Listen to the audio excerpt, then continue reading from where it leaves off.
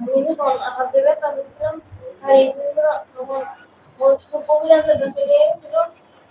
তারপর এরা আমার হাতটা অনেক টাইম নেওয়ার জন্য অনেক ব্যথা আছে। ওর 2 দিন দেখা হাত দিয়ে একবারে মাইকা দিয়েছে। তখন অনেক ব্যথা দিন ব্যথা বললে বলবে না। অনেক কষ্ট হয়েছে রাত বাইরে 2 দিন ঘুমাইতে পারছি না ব্যথা নেই। পরে আবার গেছি এরপর আবার ইয়ে করে টাইট করে বেঁধে দিয়েছি।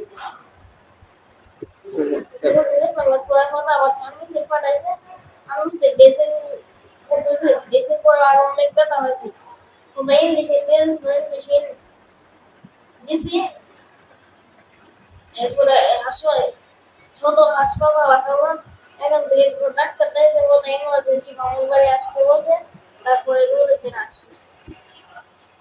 এখন কি অবস্থা তোমার হাতে? খারাপ অবস্থা বেশি খারাপ আমার এখানে মূলত হাড় ভাঙ্গা এবং হাড় ক্ষয় এই দুটারই চিকিৎসা হয়। আর চিকিৎসাটা মূলত সম্পূর্ণ ন্যাচারাল, প্রাকৃতিক, অর্গানিক পদ্ধতিতে হয়, যেখানে কোনো ধরনের অন্য কোনো মেডিসিন ইউজ করা হয় না। যা হয় সম্পূর্ণ প্রাকৃতিক মেডিসিনে ট্রিটমেন্ট করা হয়।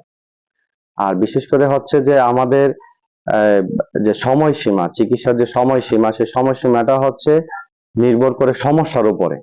সমস্যা যদি একটু বেশি হয় তাহলে সময় একটু বেশি নেই, আর সমস্যা কম হলে সময়টা কম হয়। এটা হচ্ছে আমার দাদার বাবা, বা এটা সম্ভবত আরো 200 বছর আগে। আমার দাদা বেঁচে ছিলেন প্রায় 120 বছর। আমার বাবার বয়স আছে এখন প্রায় 100 বছর। তো ওনারা পর্যায়ক্রমে এভাবে আসছে চিকিৎসা দিয়ে।